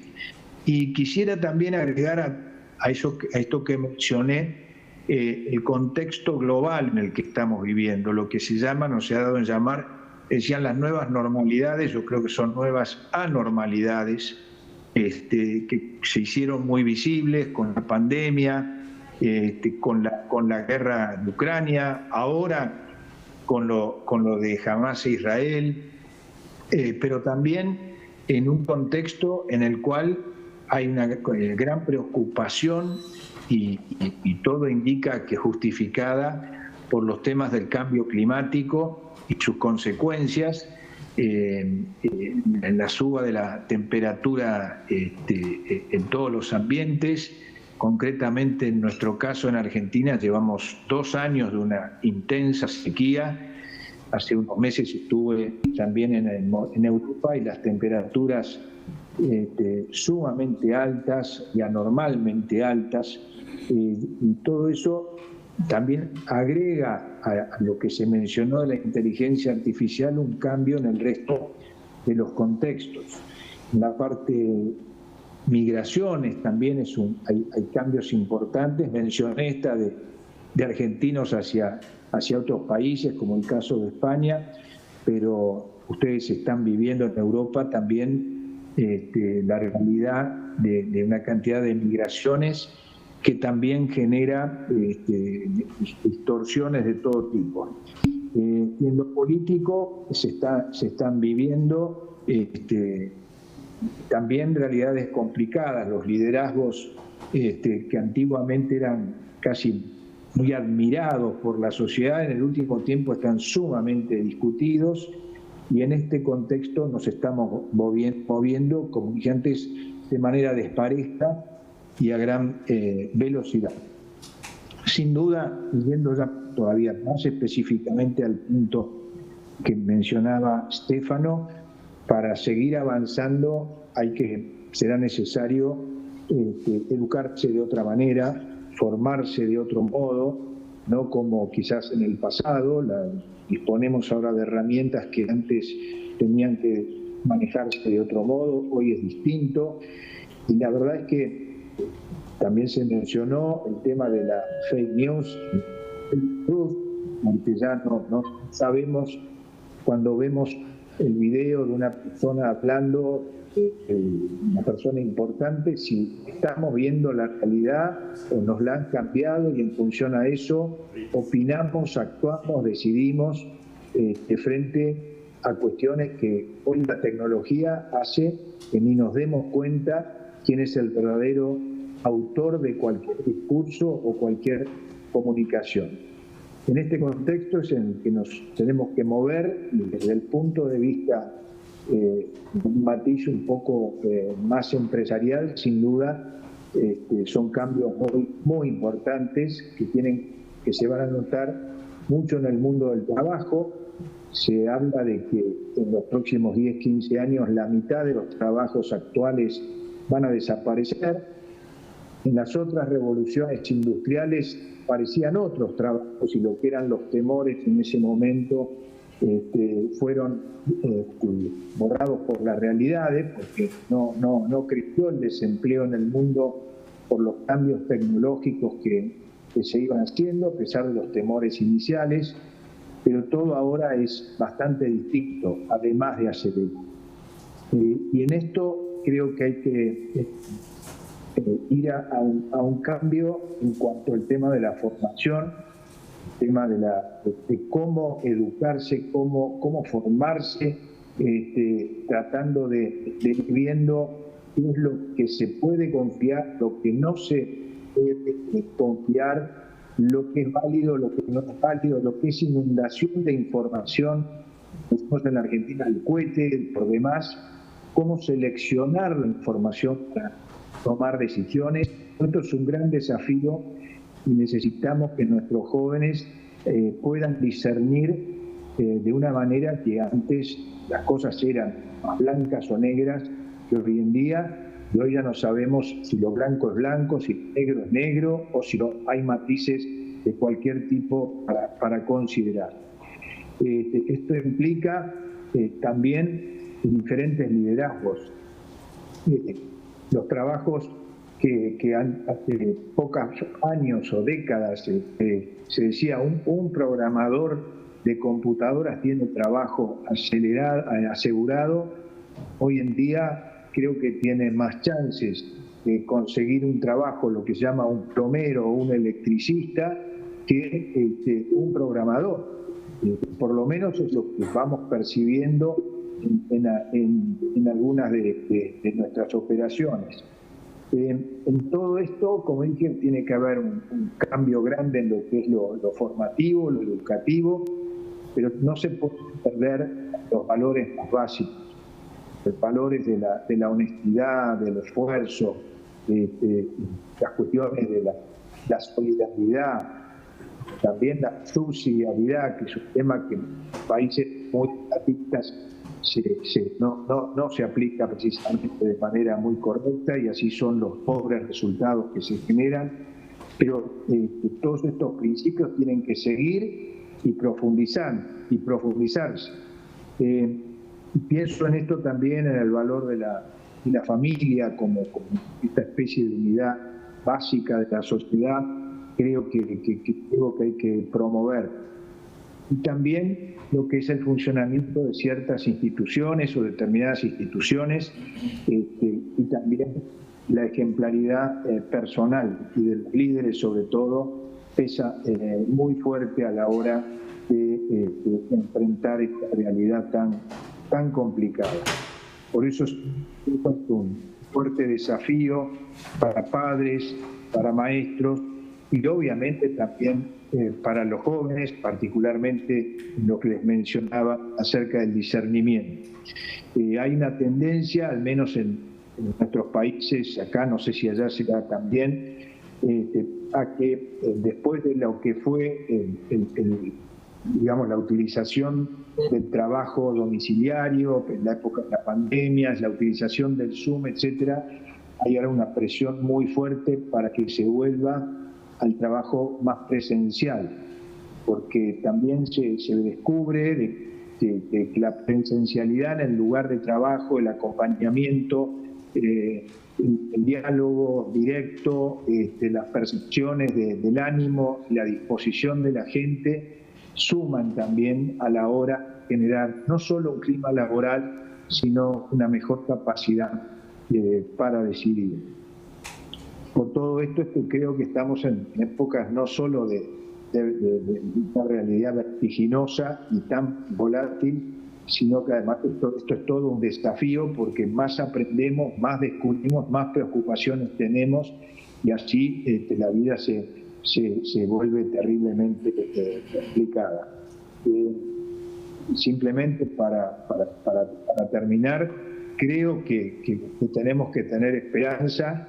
La esperanza es al mismo tiempo una virtud, y al mismo tiempo es un compromiso de cultivarla, esa esperanza, que no sea solamente un don, sino virtud, como decía antes. Las dos cosas tienen que trabajar juntas, pero si no se hace muy difícil vivir en realidades tan terriblemente complejas. Creo que incluso se está hablando en los últimos tiempos de la necesidad de un ingreso universal, como para que la parte de las mínimas necesidades queden cubiertas, para que las personas puedan formarse, educarse y vivir mejor su imprescindible libertad. Pero también esto ha sido rechazado en muchos casos, que las personas no son iguales, los dirigentes no son iguales, y todo esto también es otra discusión.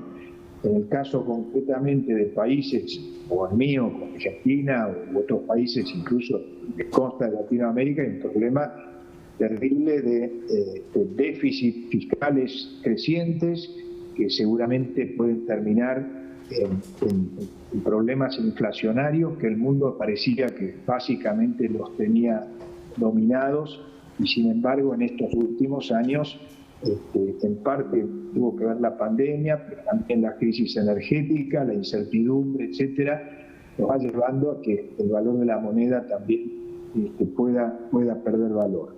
Bueno, esto es el contexto. Como dije, la esperanza no debemos perderla, y rescato muchísimo de lo que dijo Stefano. Siempre aprendo algo cuando lo escucho.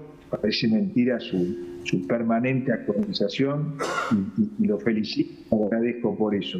Y quisiera dejar paso a quien siga, porque realmente estoy aprendiendo mucho y ahora quisiera tratar de aprender con lo que sigue. Muchas gracias.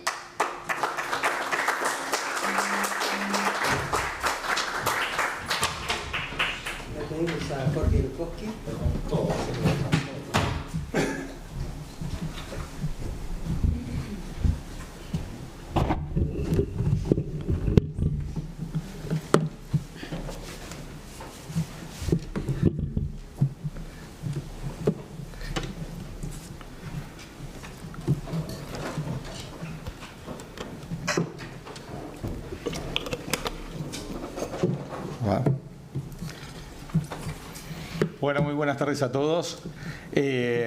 Primero decir que es muy difícil hablar después de Samani, me deja siempre pensando en un montón de temas, y qué tremenda inteligencia natural que tiene, no artificial, que siempre está años adelante en los temas que trae justamente a un lugar como es la universidad, donde nos brinda siempre conocimiento. Yo, para que sepan, igual para contar, no uso blog de notas, uso el del teléfono, así que no estaba chateando ni con mi mamá, ni con mi pareja, ni nadie, sino que tomaba notas de lo que decía Samani, porque es muy lindo tenerlo de primera mano, y bueno, acá sentado para mí es un honor.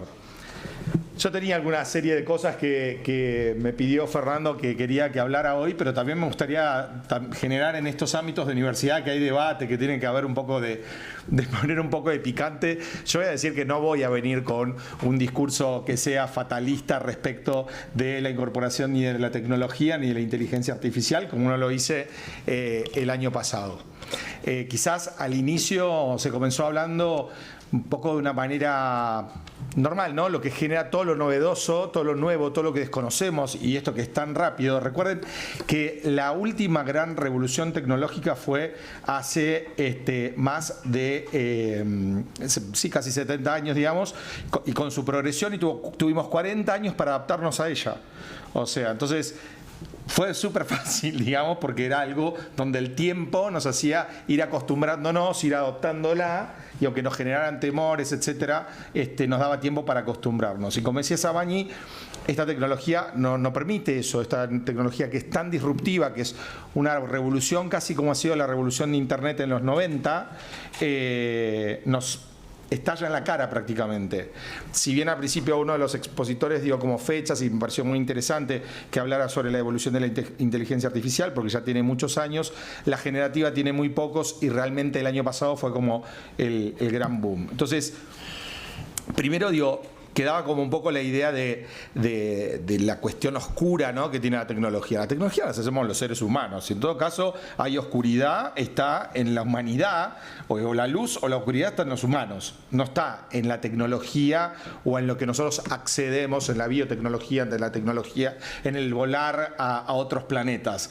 Tiene que ver con lo que nosotros hacemos. Y qué más interesante que decir esto que en una cátedra de ética, porque justamente lo que tiene que guiarnos en el uso de la posibilidad que nos brinda el conocimiento, y en este caso, bueno, la innovación y la inteligencia artificial, es rescatar que el buen uso de todo esto lo vamos a hacer nosotros, los humanos. Parecía al inicio de la sesión de que se estaba hablando de la inteligencia artificial como un monstruo que vino de otro planeta y que nosotros no tenemos nada que ver. No, señores, es nuestra responsabilidad, no es de nadie, no es de la tecnología. Entonces nosotros decimos comúnmente cuando abrimos estos foros, y que está en la publicación que hoy Fernando nos dio del Foro de Economía, que es: nosotros tenemos la gran oportunidad y la responsabilidad, el compromiso de utilizar la tecnología, de utilizar la innovación, la inteligencia artificial, el conocimiento, poniendo en el centro al ser humano, que era un poco lo que estaba diciendo recién, lo del neohumanismo. Yo no usaba ese término porque no soy tan académicamente formado en esa línea, lo acabo de robar y lo voy a usar siempre ahora. Entonces, ese es el eje que nosotros vemos.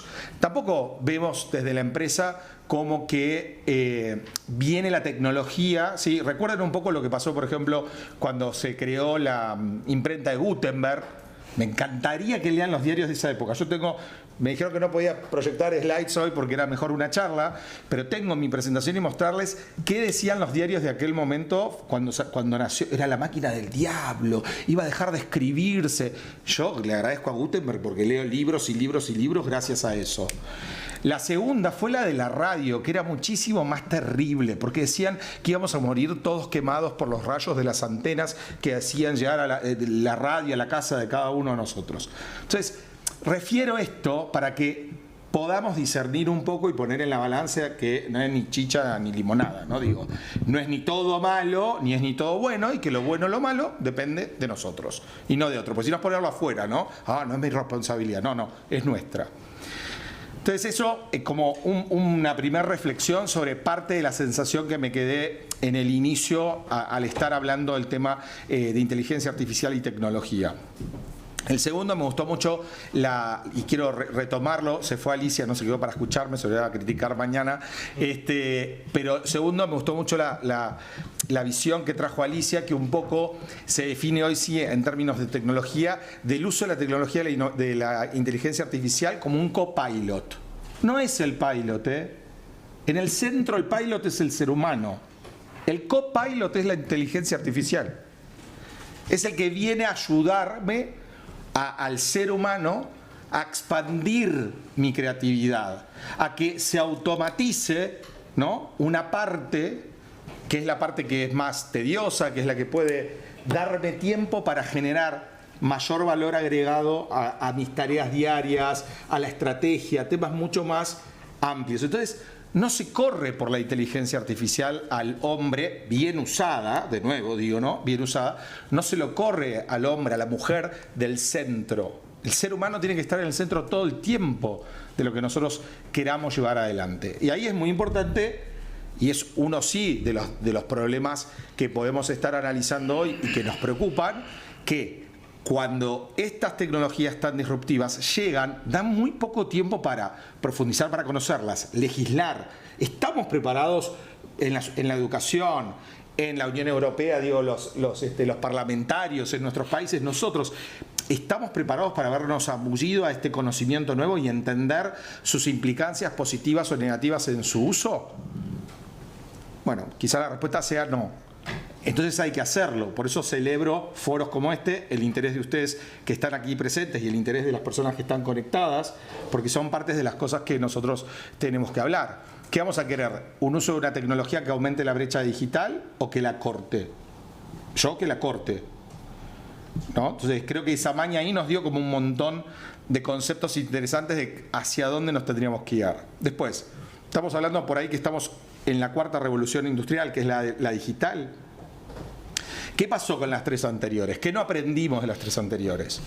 Y fue eso, agarrar lo que venía, llevarlo para adelante y no pensar, no darle un marco ético, no orientarlo. Hoy tenemos que estar reciclando, limpiando, no sé, un montón de cuestiones que hay que hacer luchando contra la contaminación, tener en mente la sostenibilidad, porque en el pasado elegimos producir de una manera que no era sostenible.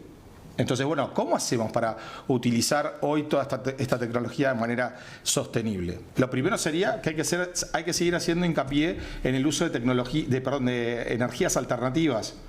Porque para que exista proceso de transformación digital sostenible y para que exista una inteligencia artificial sostenible, la mayoría de los data centers deberían estar, digamos, soportados en el consumo de su energía con energía alternativa.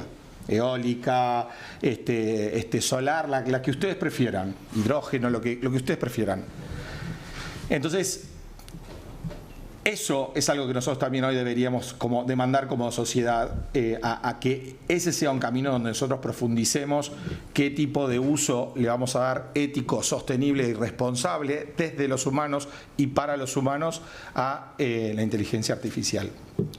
Después, hace un rato también se comentó, y permítanme disentir, respecto de la posibilidad de que hoy un programador no tenga trabajo, etcétera, etcétera. Solo dato del IDC para el año 2022, en España quedaron 122.000 puestos de trabajos libres porque no hay programadores. Entonces, no está. Y esos programadores son, digamos, posiciones de trabajo que ganan muy buenos salarios anualmente y quedaron fuera. Y estamos hablando antes también, el compañero que habló en la mesa anterior, de reskilling y upskilling. Entonces lo que no estamos llevando a hacer rápido es ese match. ¿Sí? Faltan 122.000, pero estoy diciendo que el 25% de Gartner dice que el 25% de los puestos de trabajo actuales van a desaparecer, pero ya tenemos 122.000 para ser ocupados y no se ocupan. Entonces ahí hay una falta, digamos, de coordinación entre lo que tiene que ver con la empresa, lo que tiene que ver con la universidad, lo que tiene que ver con el Estado, lo que tiene que ver con las ONG, que articulen y entiendan y puedan predecir y proyectar necesidades para ir generando, ¿no?, las capacitaciones que permitan ocupar lo que son los nuevos puestos de trabajo que se generan a partir de la inteligencia artificial. De hecho, cualquiera de ustedes que quiera googlear puede buscar cuáles son, digamos, justamente ese 25%, les recomiendo verlo en Gartner, ese 25% de puestos de trabajo que ya no se van a usar, y va a crecer en un 146% la demanda de nuevos trabajos digitales, con talento digital. Entonces, uno claro, data analyst, para decirle a algunos de los, no sé de qué carrera son, no sé cuántos de ustedes han usado, por ejemplo, inteligencia artificial ya en su día a día. ¿Pueden levantar la mano? Bien, no tantos. Le digo que nosotros levantan mucho más. ¿Y cómo la ven? ¿Como una competencia o le tienen miedo o dicen me puede servir a mi día a día?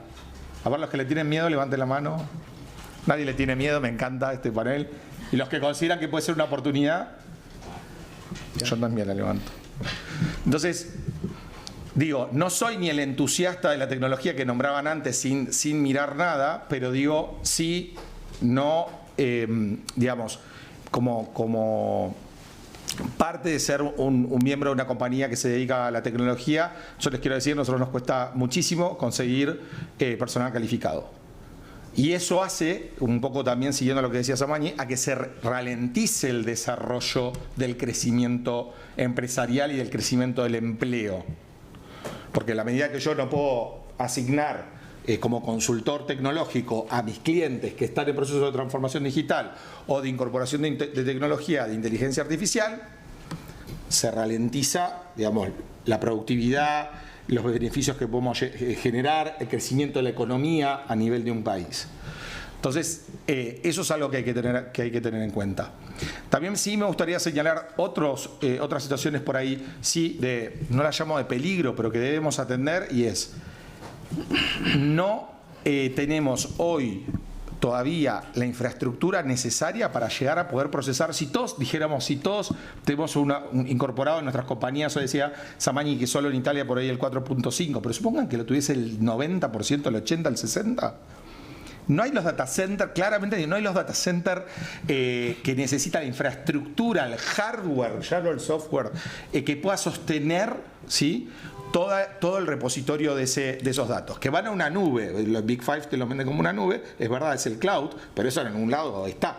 Esa nube es un data center que estará, no sé, en Tenerife, otro en Valladolid, otro, no sé, en Singapur, etcétera, aunque los datos de Europa no pueden salir de Europa. Entonces, toda esa parte de infraestructura me preocupa porque también va a poder ralentizar. Después hay toda una cuestión de inversión que tiene que ver con la inversión para la reconversión de los perfiles, toda la parte de inversión para contratar esas licencias de esas plataformas de inteligencia artificial, ¿no? Entonces, tiene que ser asequible. Y después hay otro tema vinculado a la ética que a mí me interesa mucho y que es la calidad del dato. Si nosotros cargamos información a los algoritmos que sean datos sesgados o que sean datos, llamémoslo para decirlo más claro, que discriminan, ¿no?, que digan que tiene que ser de una determinada manera, lo que nos arroje la AI generativa va a ser algo sobre la base de esos datos que le cargué. Entonces ahí hay un rol ético de qué cargamos, qué ponemos, que lo que carguemos tiene que ser diverso, multicultural, que tiene que contener equidad, que tiene que incluir, ¿sí? Y después me sigue preocupando algo que el año pasado también presentamos, y es la falta de acceso. Casi un poco van mejorando los datos, por suerte el año pasado di esa buena noticia, pero todavía un poco menos de la mitad del mundo no está conectado a Internet. Y eso sigue siendo una brecha. Y si lo llevamos a género, y podemos dar algún dato de España, una cosa que a mí por lo menos me preocupa mucho es que todavía en los STEM de acá de España, casi un 30% de las mujeres eligieron una carrera técnica, pero solo el 3% elige una carrera informática.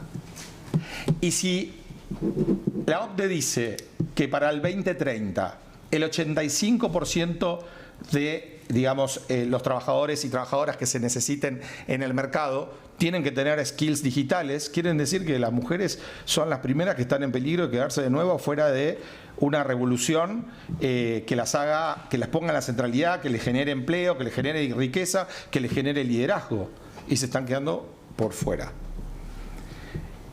Y esas son algunas de las cuestiones que escuchaba y que quería como recoger un poco para no hacerlo tanto de que yo me sienta acá y pase como venda mi mensaje. Me parecía por ahí más rico que fuera en este sentido, y no me quiero extender mucho más, pero básicamente la síntesis sería: pensemos en la inteligencia artificial o en cualquier tecnología, pero más en esta que es realmente, como dijo Samani, revolucionaria. Que la responsabilidad es nuestra, que tenemos que tener el compromiso y la responsabilidad de usarla a favor de nuestra sociedad, a favor de los humanos. 2, que tiene un montón de oportunidades para aplicar y expandir las oportunidades de desarrollo y crecimiento a nivel profesional, pero para eso tenemos que estudiar, convertirnos, entender a la tecnología y aplicarla a los puestos de trabajo de cada uno de nosotros en este modelo o idea de pilot-copilot, que es un poco lo que hoy se muestra, y estar muy atentos y conocerla para entender todas aquellas cosas que no vamos a querer que esto, digamos, nos provoque como crisis o daño, aprendiendo y tomando un poquito de las experiencias de las revoluciones industriales anteriores. Eso es un poco la síntesis de lo que quería compartir esta tarde con ustedes. Bueno, José Luis. Bueno, yo voy a cerrar, me tocaba hablar, pero voy a decir 4 cosas, 4 titulares a este respecto. 4 cosas por lo demás muy obvias, y me alegro mucho de que no me quede tiempo para hablar, porque podría estar hablando hasta mañana. Entonces, primer titular. La inteligencia artificial es un producto humano, producto de la inteligencia natural. Segundo, la inteligencia artificial es una realidad objetiva que tenemos que conocer, entender, estudiar, comprender y tratar de aprovechar. Por lo tanto, si te gusta o no te gusta, da lo mismo. Es una realidad objetiva. Tercero, la inteligencia artificial es productora de humanidad en tanto en cuanto transforma las civilizaciones. Esas 3 afirmaciones merecían un seminario, pero ahí las dejo. Punto número 1. Punto número 2. Esto es otra tesis que yo vengo manteniendo desde que era chaval, crío, casi un crío. No todo lo técnicamente posible es éticamente deseable. Y no todo lo éticamente deseable es siempre posible en el cortísimo plazo. Pero no todo lo técnicamente posible es éticamente deseable. ¿Quién pone puertas a ese campo? Los seres humanos. Las leyes, la regulación. Pero hay que regular, sí, hay que regular con normativa, y hay que educar para orientar. Se dijo un par de veces o 3 la palabra que me encanta, el verbo discernir. Hay que hacer eso así. Y luego hay otra cuestión. Europa tiene mucho que hacer y está perdiendo el tren.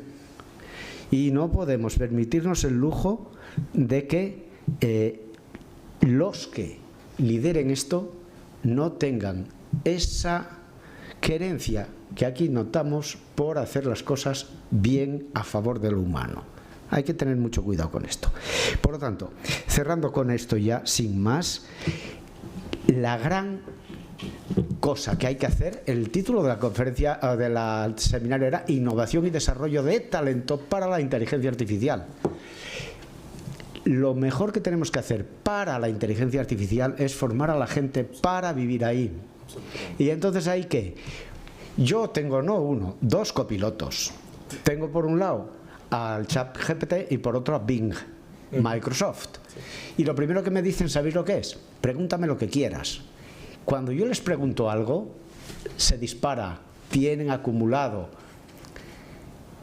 El único capaz de formularse preguntas, de cuestionarse, es el ser humano. Fidens quaerens intellectum, decían los antiguos, la fe que busca entender. ¿Y esto por qué? ¿Y esto cómo? ¿Y aquello? Los niños, otra vez los niños pequeños. ¿Y por qué? ¿Y por qué? ¿Y por qué?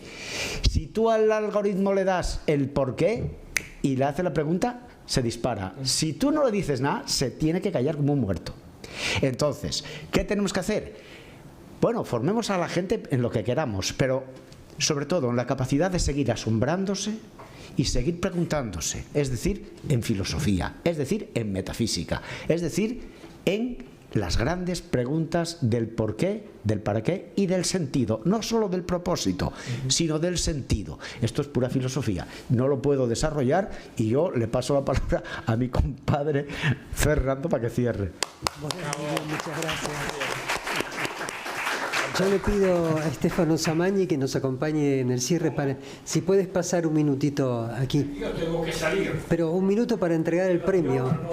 Entregamos el premio y te puedes retirar. Okay. El premio Calvez a la responsabilidad ciudadana, que ya le habíamos dicho que íbamos a entregar. Y le vamos a pedir a Stefano Samagni que le entregue a José Luis Fernández Fernández en la categoría estudioso de larga trayectoria.